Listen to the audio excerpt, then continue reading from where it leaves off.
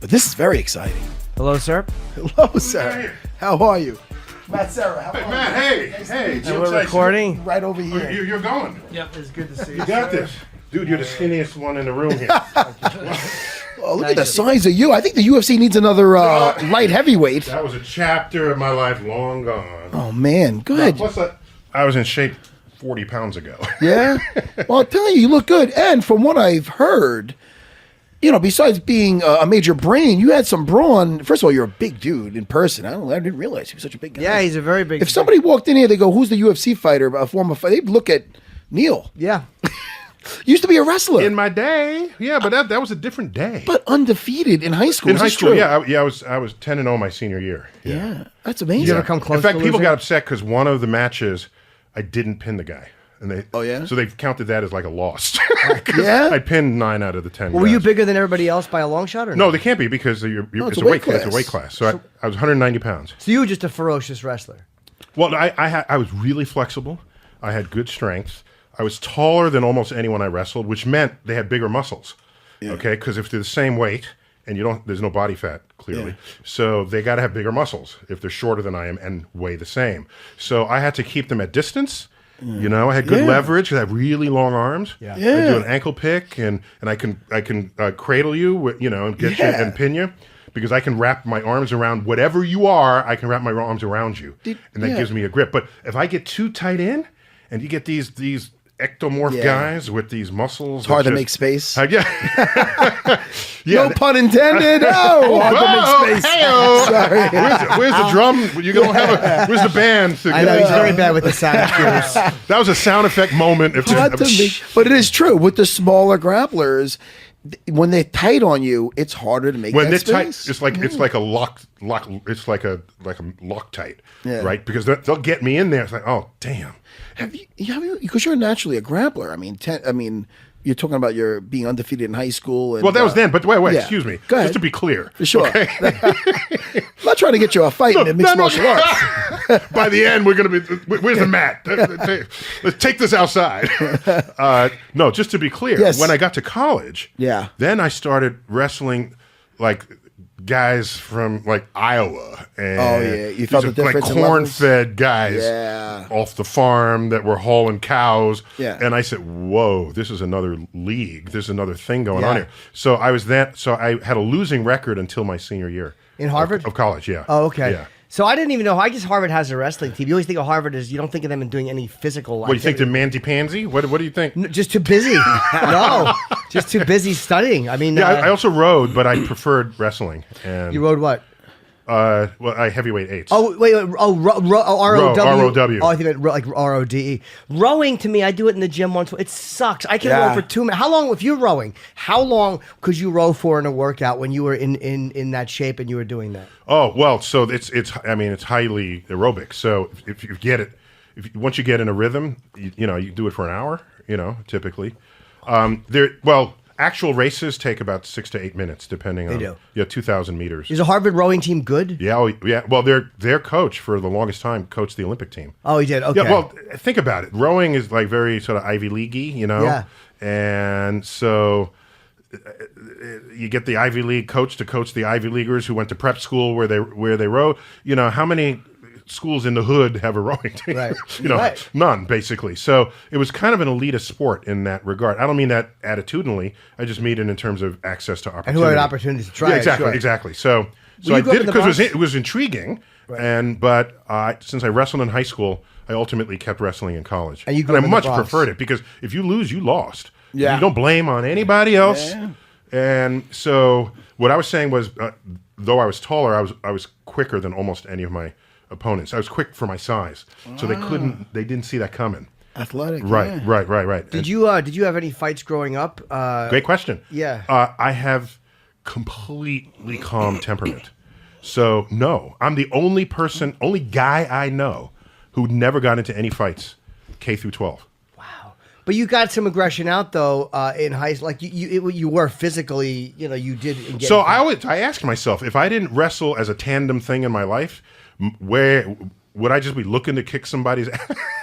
No, but I had one guy pulled a knife on me. For what? Where were you? You mean what did I do to earn it? Well, that's why. Well, I was saying. What the hell kind of question? Where'd you get this guy? What was his reasoning? We're going into the mind of the man. What was his reasoning? What was his reasoning? Okay. Yeah. It was, in fact, my fault. Here it is. It was one of these late winter snowfalls where the snow is heavy and wet and makes an awesome snowball. Yeah. Okay? Like a March snowfall. Oh, no. Yeah, All right? I see where this is going. So at lunchtime, this big snowball fight breaks out. I'm on one side. No one chose sides. It just broke up that way. All right. If you're on the left, you're for that side, or you're on the right. Yeah. All right. Of the left side of the field. So he's standing there. Back then, he would have been known as a greaser. Okay. Yeah. His hair greased back, leather jacket, rode a motorcycle. Yeah. He was sitting against a car with his girlfriend under his arm. Oh no. Okay. Right. Non-combatant. All right. And so I said, wow, okay, let me throw a snow. I wonder if I can hit him. But he was a non-combatant. I threw it. Went far. It sailed through the sky. And it landed right on his chest. And you ever see a snowball hit a hard surface? It just scatters everywhere. And this must have seriously embarrassed him in front of his girlfriend. Plus, he's a greaser. So he's got that man thing he's got to withhold. So then out come the racial nigga, you come, nigga. And I said, don't you come back or I'll cut you. Okay, so. How did he know he saw you throw it? Oh, yeah. Okay. Yeah. And so the period ends and everyone's going back into class and he goes and parks himself in front of a door. And so I just slowly walk to a different door. But then he walks at a rate that will perfectly intersect mine. How's your adrenaline? How are you assessing? That's a good question. So I'm going to tell you. These are great questions. So now we meet at the door. And he pulls out his knife. I remember it's a 007, which has a locking blade and a wooden handle locking blade. It's about 6 inches long. Slightly illegal. There was an illegal length and an illegal length. This one just came a little, like the curved tip just was enough there. But it locks in place so that it doesn't fold back and cut your fingers. So he does it, and he's standing in front of me. I don't think he knew how big a person I was when he made these threats. Because I walked up to him, I looked down to him by 1 or 2 inches, and he was in boots. So that might have been my height. Back a little bit. Okay. So then I remember this scene, in West Side Story where the knife is reflecting the sunlight, before the fight begins. Yeah. So all I'm thinking is West Side Story. But anyhow, so he said, you hit my leather jacket. And so I said, okay, how much ego do I give a shit that I have at this? Oh, can I say that? No, say it. Yeah. Celebrate it, Neil. I'm being honest about what was going through my head. Can, right? This guy's got a knife, and he's what's that the right word? Brandishing. Yeah, brandishing the knife. So I said, all right, I know I'm faster than this guy. I'm captain of my wrestling team. Yeah. If this gets to the ground, I got him, but he's got a knife. I have to get the knife off him. He's not a weak guy. He's still a kind of big. I'm 190. He might have been 175 pounds, something like that. So, he's not a skinny, wimpy guy. It would require somebody. I said I could take care of this, but let's say I do kick his ass. There's still 4 months left of school. Yeah. Okay? He could be waiting around any corner just to get revenge. Yeah. Revenge is worse than the first time out. Sure. Okay? And then I said, so that's if I kick his ass. Also, if I do kick his ass, I could get cut in the act. And by then, I had already been accepted at Harvard, planning to major in physics, knowing I want to get a PhD in astrophysics, knowing that my career, I'd already had I was already planned. I knew what I wanted to do with my life. So I said, is the risk of dying, however small that is, or the risk of getting maimed permanently or partial or temporarily, is my ego in this moment worth that? Right. And I said, no, it's not. So I said, I'm sorry. But not in a timid way. I just straight. I said, I'm sorry I hit your leather jacket. Yeah. What I wanted to say was, but you got to admit it was a good throw. No, but I didn't want. So I said, sorry, I hit your leather jacket. I'll make sure that doesn't happen again. And that was it. And what is going to, what do you, he was ready. I felt like Gandhi in this moment, right? He's got weapons, and I don't come at him with a weapon. If you have a weapon, you are expecting weaponry. Yes. Yeah. Right? It's a mental thing at this point. So that's what I did. And then I just walked past. He was, all right. He grumbly, all right. And then he folded back up the knife. And now I knew he wouldn't be waiting behind any corner. I'm smart, yeah. Right? And I'm off to college. No, who the hell knows where he is now? Yeah, you made the right move because that one dumb thing, and you went on to be who you are, and you're promoting another book. And I'll mention the name of the book, Astrophysics: People in a Hurry. And that was not a good segue to the book. It was terrible.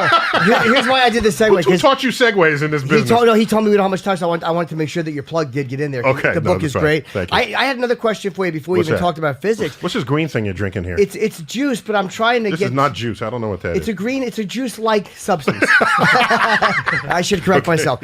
So, did you have a lot of a racial strife growing up? Did you have to deal with any racism, or did you kind of get lucky and not have to deal with it? So no, there's nothing compared to my parents' generation. Right. I mean, that's all you have to do is wonder how bad it is. Just ask someone one generation before you. Yeah. They'll have stories that will completely override anything you're telling them. Just that's how that is. Right.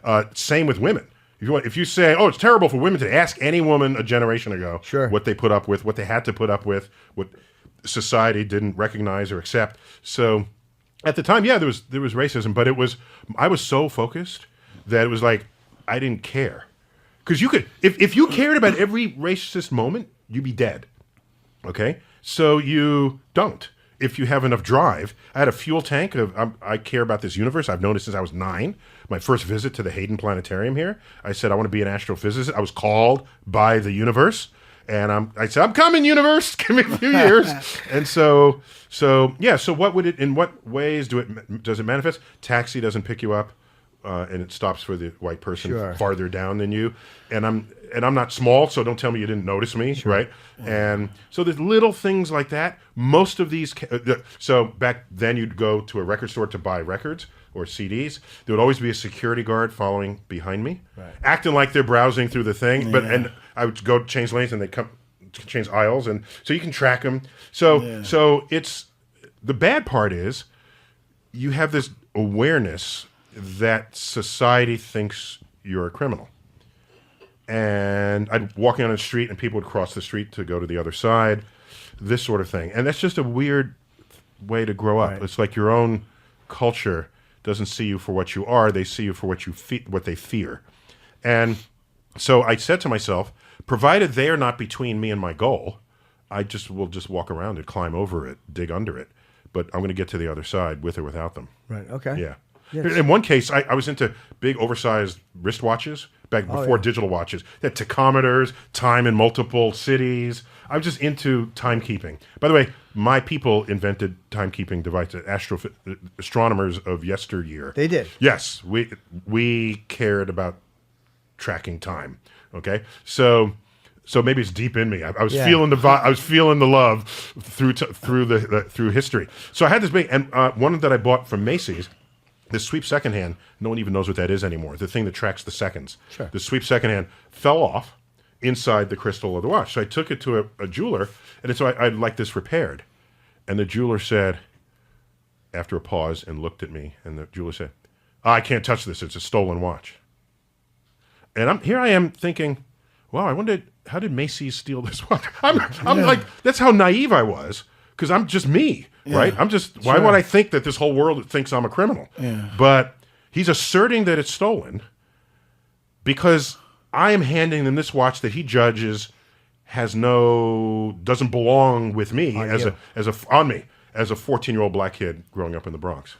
And so it must have been stolen, was his conclusion. And I'm thinking, did Macy's know this was stolen? A very naive thought at the time. But that kind of thing would happen, but they're not between me and my academic goals. And so I just kept pushing. That's all. It's interesting. I've never asked you that before. Yeah, and plus I never was in a fight. Yeah. I could walk away from a fight. It was I just didn't care. I don't have any, my ego is not there. By the way, here's a good segue, right? In the last chapter of the book, called A Cosmic Perspective, learning about the universe is the surest, most systematic way to dismantle your ego. Because you learn how small you are. Right. We are. How small Earth is in the universe. How insignificant our presence is in time and in space. And this can actually be liberating, because then you realize how much baggage you were carrying thinking you were special. And then you realize how much DNA we all have in common, not only with one another, but with all life on Earth, because you can have a cosmic perspective not only from the universe, but from other sciences as well. Biological cosmic perspective. So, for example, in your lower gut, in 1 centimeter of your lower gut, lives and works more microbes, more bacteria, than the total number of humans who have ever been born. In your lower gut, 1 centimeter of your lower gut. So you can say, well, I'm greater than the bacteria because I'm human and they're just bacteria. However, if you upset the bacteria, they're in charge, okay? They'll tell you how often they're going to send you to the bathroom, okay? Is it every 7 minutes? Is that your preference, or every 12? So then you realize that to them, you are a darkened anaerobic vessel of fecal matter. That whatever I'm like that to most people too. So, and then you realize, okay, however important I think I am, I'm just this vessel to the bacteria. But in fact, we need each other. They digest your food for you. That's right. You are a vessel in which they thrive.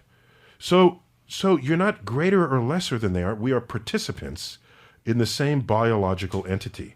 That's a cosmic perspective. So we are important and we are special not because we're different, but because we're the same. And that's a message here. So maybe that was operating deeply within me because I just did not feel I had to fight anybody to defend my honor, my manhood, my even playing basketball. Somebody elbows you. It's not, why'd you elbow me? It's like, okay, sorry. And then I keep playing. It's not, I just didn't care. Plus, I know you know. Tell me your name. I didn't get Matt. Matt. I finally. That's Matt, okay. Matt. Give me some. There, Look at those mitts on you. Look at that. Look at the size of that hand. Who's that? Brock Lesnar? Let me see this. Look at that hand. Yeah. It's a whole other. What is that? Knuckle. Yeah. Fucking, I don't know. It's huge. Yeah. So Paws on you. Good thing you got no temper. 3XL hand. I can't get gloves. Get them amazing. custom made. I have a specific Why to go to space like question. the big and tall hand shop or something? You'd be great at Kimoras, by the way. What's a Kimura? What's that? What's a Kimura? I'm gonna listen. I don't know. Listen, as far as with the space, besides some Star Wars questions, I'm the worst guy to even interview you. But Kimoras, Brazilian Jiu-Jitsu, you would be phenomenal because you are a former grappler. Yeah. Once it's in you being a Listen, grappler. here's the thing. As a wrestler, the funny thing is, sometimes I forget that I spent most of my life with my hands on the bodies of other men, so that I meet someone new or something. My hands are on them and I'm touching them, and they sometimes they just get a little. It's not, it's funny.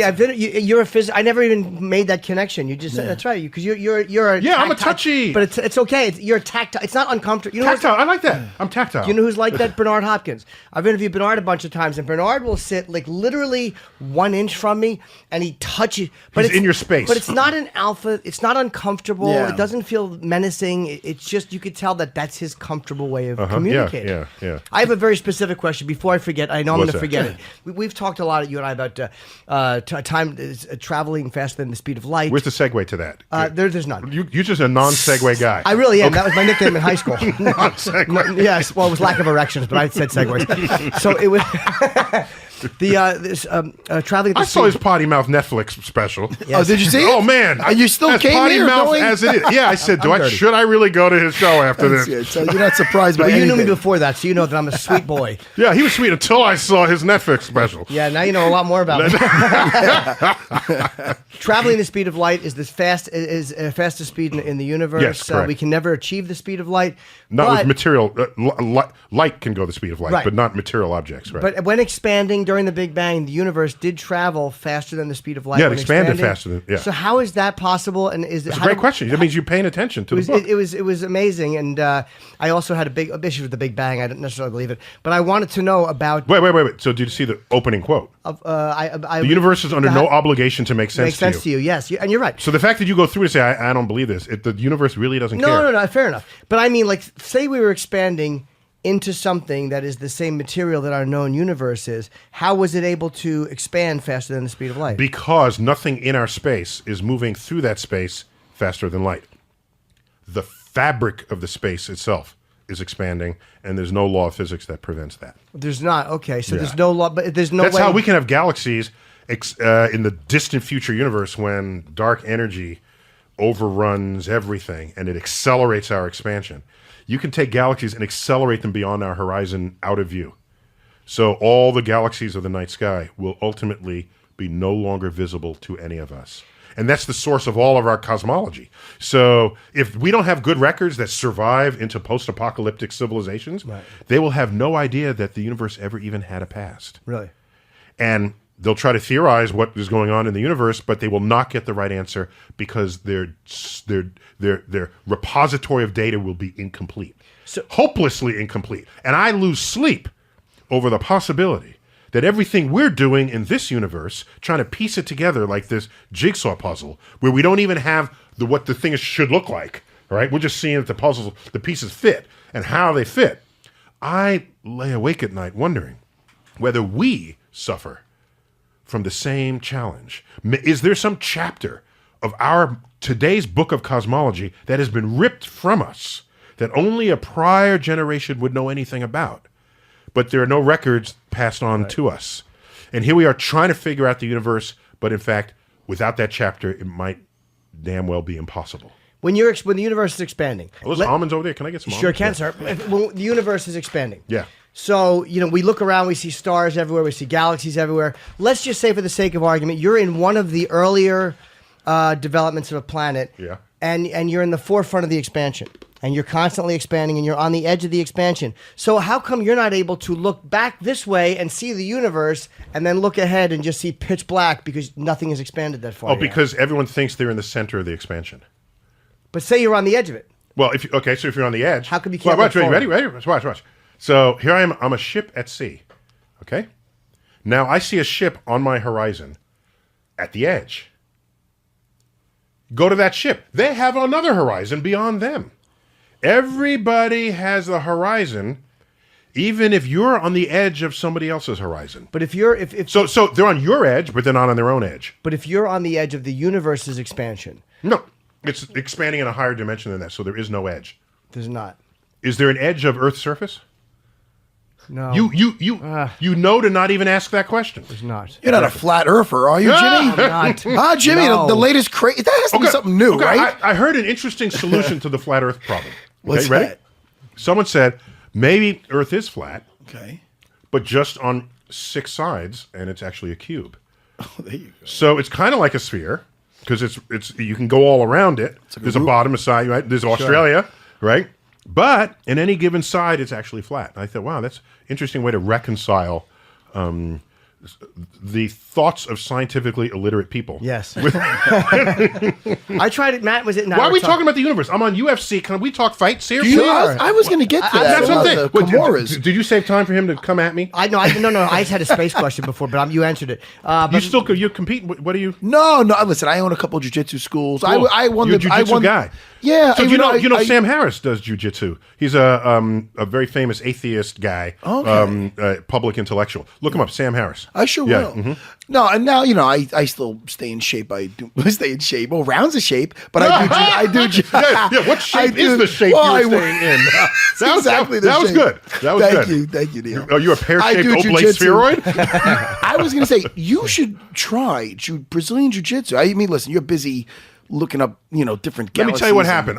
After I settled into New York, after I'd got my PhD and everything, I said, let me find out if there's any local wrestling clubs, right? So I went up to Columbia, rolled around with them a couple times, and then I found out, oh my gosh, now it takes me like 5 days to recover. Yeah. When I used to bounce back the next day. The wrestling's a lot harder as far as on your body than Brazilian jiu-jitsu. I mean, you could put a kimono on, which is basically a jacket, learn different ways to strangle people. I know it sounds crazy, but I know. He likes strangling people. I need more ways in my portfolio. But the thing about Brazilian jiu-jitsu, to strangle.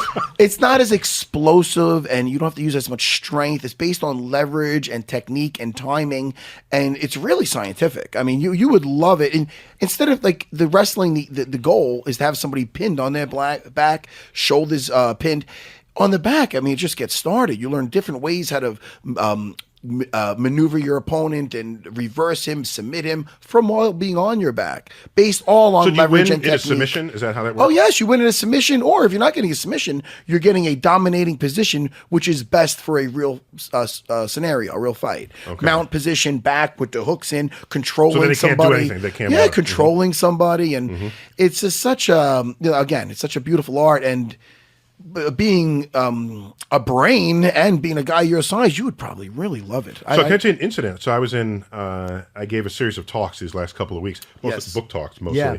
And during the Q&A in one of the sessions, there was somebody who charged the stage, okay?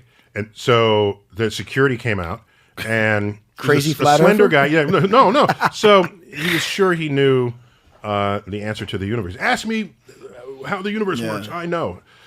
So that's the kind of crazies you get in an astrophysics lecture. There you go. But anyhow, so security came and they blocked him, and then they tried to move him back up the center aisle. But then his limbs started going. Okay. Yeah. And so then they took it to the ground, and I was hoping they wouldn't start pummeling him because that just looks bad. You just want to. So you want to be able to take out of action what their arms and legs are doing, right? And wrestling, you kind of want to do that, right? So that way you can't grab me if I do something with your arm that prevents it. Okay, but they were not succeeding. So they got backup to come, and then they finally get him back on his feet, but he's still kicking and screaming. So then so I'm kind of narrating this to the people in the upper deck so they can't see it. Finally, they pick him up, and then they take him out, and they say, that always works. Once you remove the person's point of contact with Earth, then you have full control over their body. They have no frictional points where they can actually execute anything, and you just pick them up and just walk them out, no matter what their limbs are doing. And so I narrated the removal. From What was the his? theater. You don't know what his point was, or what he was doing? No, he wanted to give his theory of the universe. It probably wouldn't have out been of order with the questions that were being received. Do you watch mixed martial arts? Do you watch the UFC? So I don't target it in the day, but if I'm channel surfing and it's there, Watch it? Oh yeah, I like watch because the guys are quick. Yeah, especially those kicks, where you can take someone out. It's like, oh my gosh, because you have to land it in the right place, in the right time, at the right height. Particularly if it's a blind kick, because if you're turning, well, and you can see the art in it. Yeah, oh yeah, and then Do you have good equilibrium? I get very dizzy very fast. You do. Well, so I used to dance. I was a performing member of 3 different dance companies. What doesn't this guy do? No. So let me back up. So one of my challenges as a wrestler was I was very flexible. Yeah. More flexible than most wrestlers. I was flexible as a dancer is flexible. I could do a full split. Nice. This sort of thing. And so what it meant was if you're trying to fold somebody up in a hold and they're not well stretched, there's a limit to how much you can fold them because their body's just not going to bend that way. Yeah. If I want to prevent myself from being folded into a tiny little cube, then I have to use muscles against your force to fold me because my body can move that way, that far. Did I make myself clear? Yes. On that, I have to use muscles to prevent you from folding me as much as my body can fold because I can stretch into that position. So I had to make sure I was not in that situation. But what it also meant was if you sweep my leg and lift it up, at the height that someone else is normally off balance, my leg is essentially detached from my body. In dancing, there's a lot of training of body part isolation where you move a shoulder, you lift your leg, where the rest of your body does not budge. If you move a limb and the rest of your body moves, no, that's not dancing. That's that's torquing your torso with the body. So let me just demo that. I know this is like audio, but I just for you guys. We have video. You're not going to twerk for us, please, are you? I want to see Neil deGrasse Tyson dance. No, so you're here, and so this. He's got Liz kicking out his leg and behind so him. all this has to be here, and the torso can't move. Okay. You should Wow. be a martial artist. I'm just jiggling my leg. Yeah. Back. Yeah, but you have great balance. And so that's Leg back and forth, and he's balancing on one leg. Yeah, that's And all. he's look at And so this. Wow. Leg goes forward to the side. It actually looks like something out of a kata.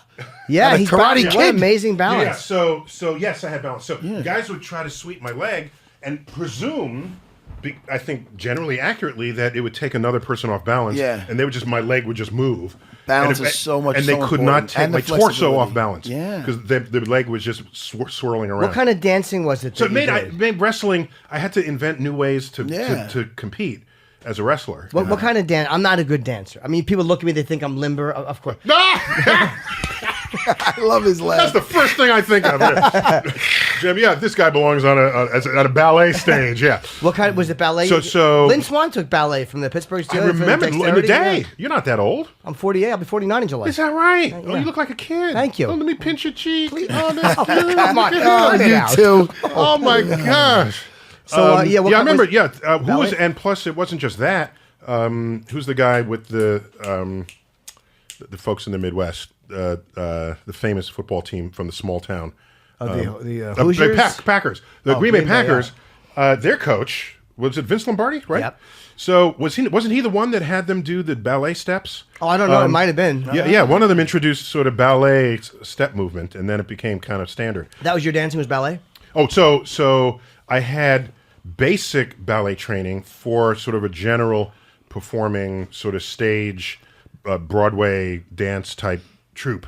There was another troupe. So we did performance dance like to Broadway tunes, that sort of thing. Another one was International Latin Ballroom. Oh, wow. And then a third one was Afro-Caribbean. What's Afro-Caribbean? So if you just look at any picture of native Africans dancing, there's a lot of sort of torso. Right. Most of the music is percussion, and there's a lot of sort of collapse of your torso and shake. I mean, that would have been where the first twerking could have ever come. You probably broke that out at the clubs back in the day, no? Yes? No. So I was like Disco Man in the 70s. You are? That was the age and the time. Did you ever go to Studio 54? No, because I was away at college when Studio 54 hit its Yeah. biggest point. It was the late 70s, that would have been. And then I went to graduate school after that. So, and then my whole life shifts at that point. But it's not in this, but it's in my memoir. There's a point where I was like strapped for money in graduate school. They weren't paying you much. And I needed money. And my fellow dancers, the male dancers said, hey, we make extra money down at the strip club. Get out of here. The ladies, and Tell me you did that. No. Hold on. So, can I finish the story, please? So, I got to hear this. So I said, wow, it's because they'll put money in your thing. And I was like I said, I was limber. I was cut, low body fat. I was like, that was the time. Yeah. Okay. If ever there was a time I would do that, that was the time. Sure. So I'm down there, and I said, I'll check it out. And so some of my fellow dancers from the company that I danced with came out. All they were wearing was an asbestos-lined jockstrap that had been soaked in lighter fluid and ignited. And they came out that's scary. dancing to Jerry Lee Lewis's Great Balls of Fire. Wow. In that moment, I see that. I'm embarrassed to say that in that moment was the first time I said, maybe I should tutor math. That's funny. And so I said, no. So then I tutored math, made a little less per hour, but it was like respectable work. Yeah, but the perks with the math tutoring was not as good as they would have been at the other job. Yeah. We'd have had a great time. So that was the slow sort of evaporation of the body that I had then, and then I just became the academic than I am now. People say, "Oh, why don't you go to Dances with Stars or do like you said, do some Brazilian?" But here's my thing. When I was wrestling, nobody was asking me to give a public talk. No one was asking me to be interviewed on anybody's show. That's a chapter of my life that is past, and I'm now doing other things that I could not have done then because I didn't know enough, nor was I wise enough. So I don't look back in my life at stuff when I was in my prime in various things. Let that sit as my prime when I was priming for what it was that I was in my prime. Now I'm priming in other dimensions of what it is to be alive. Yeah, but you're top of the field at what you do now. Like there's almost nobody in the field. Right? Michio Kaku is very well known, but you're the kind of go-to guy for this. Like everybody is like, this is the man who can explain complicated things in a very simple way, which is not easy to do because really smart people, like Bobby Fischer could not explain chess to somebody. Yeah, it's not. It just he wouldn't tried. He work. had a book, Oh, I know. Chess. I He I wrote a love few him, but just chess books. Yeah, yeah, a bit of it. And then he took a left turn. So Yeah, took a left turn. the Jews! Hey, all right, Bobby. Bobby, what do I do with the bishop? Hitler! Oh boy, Bobby. What the fuck? Wait. Bobby, what's your religion? Oh, I am Jewish. Yeah. That was 100%. Right. Yeah. Weird. That came out of Something happened there. Yeah. When you're that smart, sometimes I think mental illness can be tied in with someone who's that brilliant, and like the thing that makes you great can kill you. And I think that's what happened. Yeah. So I'm trying to not have that happen to me. Yeah. Did you ever? I'm cool with the Jews. Did you ever do any kind of like partying or anything? Like, did you ever do drugs or drink, or did you ever like? Oh no, I was pretty clean in that regard. But not because I had some high and mighty cleanliness. Right. It's not. That wasn't the motivation. It was. I so enjoy what I'm doing, studying, wrestling, and now you want me to do what? You want me now realize how sensitive we are physiologically to exterior influence. So here's your brain, which, granted, barely functions in real life. Just what does it take to not function, right? Just look at mental hospitals, look at prisons, look at this. So now you want to add chemicals to your brain to purposefully disrupt what is otherwise pure rational thought. And I said, I can't wrap my head around that. No, I'm not. Now, so one time in 8th grade, I drank Boone's Farm apple wine before I went to a party with the sole purpose of just getting shit-faced. And then after I said, why did I do that? Did you get sick? No, but I was definitely not fully rational. And I did not value that state of mind. I've known since I was 9, I wanted to be a scientist. And it's not like, okay, I want to contemplate the universe now and decode the secrets of nature. Let's see how high I can get before I do this math. Yeah. It's just not. So I never did. I just never did. I like a good bottle of wine. Who doesn't like with a nice meal? Yeah. But it's not just to get shit-faced. That's all I'm saying. You should go to a UFC fight. I think you would enjoy it. But I really do. I think you would like it. I think you would enjoy it. I think you would enjoy watching it. And as far as the jiu-jitsu, I wasn't telling you to go into the Pan Ams or anything. I was just going to say for a workout. I love the Pan Ams. They don't get the attention they should get. Yeah. Just as a sport, as an event, and as a culture. It's North and South America. How often do we get together as a collective Western Hemisphere thing? It's a good time. I mean, jiu-jitsu. I mean, again. So how many fighting events are in the Pan Am Games?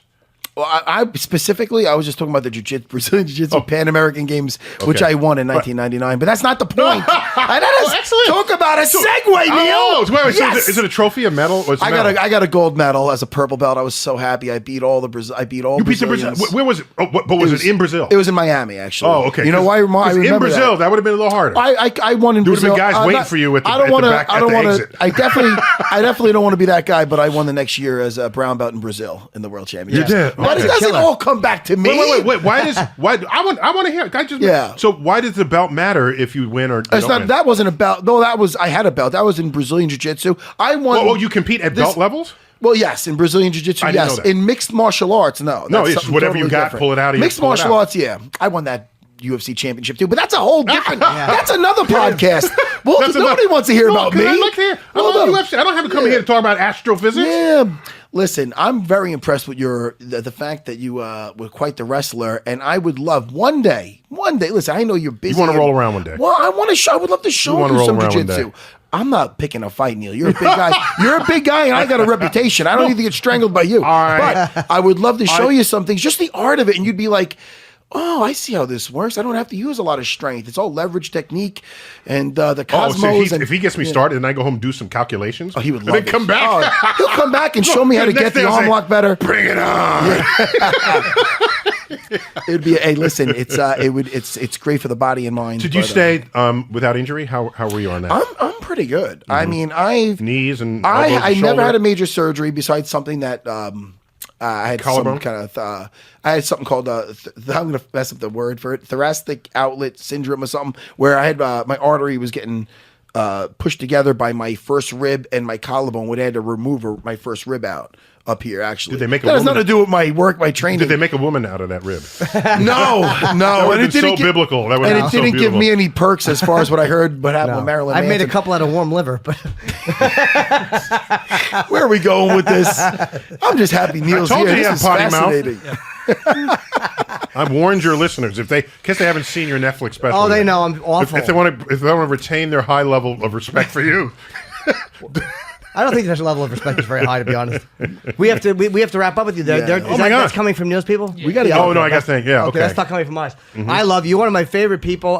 The book is great. really, You do this in the comedy club here. I mean, in the space right of above. This. Yeah, it's great. Your book is great. It's called Astrophysics for People in a Hurry. It really is a fascinating. And this is the most we've talked about. Can I boast? You slipped in a boast. I got one here. Ready? Sure. Okay, because I didn't get to say this often. I slipped ever. several. Yeah. Okay. Yesterday, the book debuted at #1 on the New York Times bestseller list. Congratulations. Hey, I mean, what? #1? #1 debuted. Oh yes! Oh man! Oh, rightfully great. so. Yeah, and it's my first time that's happened to me. And so amazing. I would say this even if I didn't write it. For me, holy shit!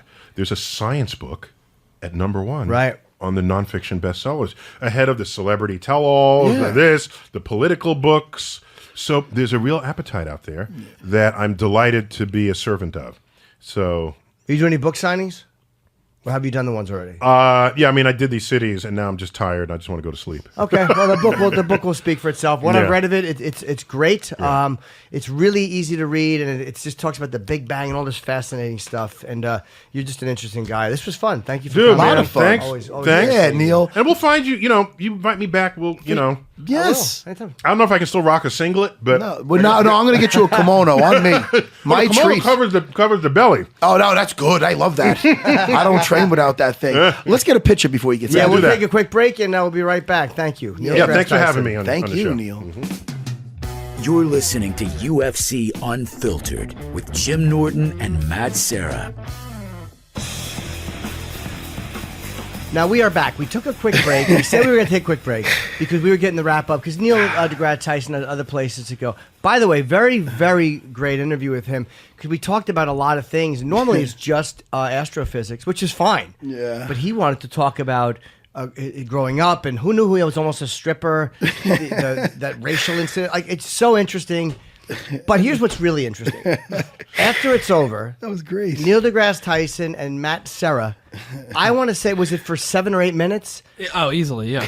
Rolled around on the floor and showed each other wrestling and jujitsu moves. How great was that? By the time you're hearing this, the link has probably been sent out. We have a 5-minute video of Matt showing Neil So deGrasse much fun. Tyson a Kimura. And Matt, by the way, and Neil was showing Matt something, because Neil's a competitive guy. Oh, beautiful pinning techniques he was showing me. He does, right? Oh, it was great. It was great. No, he would. That's why when I was telling him about Brazilian Jiu-Jitsu, he's obviously he's a very smart and understatement. Isn't he one of the smartest guys on the planet? Yeah, he's up there, right? Yeah.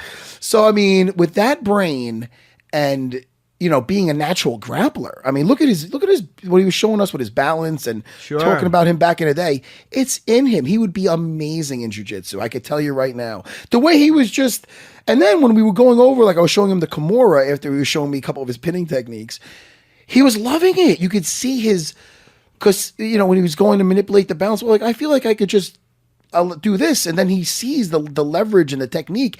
I felt he was digging it. No, he was absolutely. And then he wanted to show me something. Oh, it was great. Well, it started with Neil going to Matt. I just want to show you something before I go. And he was showing Matt a move. Yeah, so it's not like I tried to be like, let me. No, it was Neil. I want to force a Kimura on you. I'll tell you exactly what that was. That's Neil great. deGrasse Tyson is such a respected scientist and legitimate and deserved. But he doesn't get that part of him, like that physically competitive part of him. He probably doesn't get to express that often because, again, he's always doing these intellectual interviews. And here you, a former champion, you can enjoy that with him and not feel like he's being a... Yeah, no, and it was also nice that because you explained it, you're a great teacher, so he appreciates that too. You could tell. This is what's so great about Matt, because I know Neil deGrasse Tyson and I know Matt, and Matt's a killer. I mean, Neil's a great wrestler. Matt's a killer. So watching them, I'm like, oh, Neil, don't try to. Oh no, he's fun. But Matt is such a good teacher. He was showing him a Kimura. You put one on him, and then you were teaching him how to put one on you. But very encouraging. Yeah, and really, there's no ego with Matt when he shows. No, I had him choke me, which I'll tell you a couple other seconds. I don't know if he knows the tap is the. I should have let him know Jimmy's like, oh, when he taps, you gotta let go. He was loving the rear naked choke. Well, Matt was showing it on me. Like he had me sit in the thing, and he said I was the guinea pig, which was okay. And Matt showed up one that was very effective. But he put a tight one on you, right? Oh, it was beautiful. And with his height, he could just put someone to sleep with, very little effort. Just go right up behind him, and it's like a V. I was just explaining how, it stops like the blood flow. It doesn't cut off the air. It's not going on the windpipe. That's how police officers and. When they do the wrong, I know they're not allowed to choke people and strangle people, but the problem is they don't know how to properly do it. I believe that they should be allowed to choke somebody, but it should be done. Every police officer or anybody in law enforcement should be at least a blue belt in Brazilian Jiu-Jitsu. It should be a requirement, and that way they could do it. It's the gentle art. Your guy falls right to sleep, but the problem is people end up fighting for their life, and then they just put on something that they've seen on TV or they don't have it quite right. Am I getting off the topic? No, you're talking about. But Neil, he saw the technique in it. And that's what I wanted to show him. And that was fun. I've never asked him about any of that stuff. I've talked to him a bunch. We never talked about. That's very interesting. Him almost being a stripper, and getting a knife pulled on him. Just to hear him talking about race, because I've never heard him discuss it. Was fascinating. His views on racism. Really interesting guy, man. He's great. Can I tell you when I heard he was coming in, I always liked. I seen him on Joe Rogan before, and I seen him on some stuff, and he does make it fun. Like. He makes it interesting, and he makes actually like stuff that could be maybe boring for some people fun. Which with everything with the galaxy and galaxies and everything we're talking about. Galaxies, Matt. Yes. Well, there's 100 this billion galaxy of I'm talking about. I don't know what the fuck I'm talking about. But anyway, I thought I'd be just way out of the conversation, but that was very fun. I enjoyed having him in here. Yeah. I did have that one space question, though, and he answered it. Yeah. Oh, yeah. But I was curious. That was the exact one I was going to ask him. I know. No. You should ask him to explain the Big Bang. You would have ran. I'd rather explain Kimura's. I understand.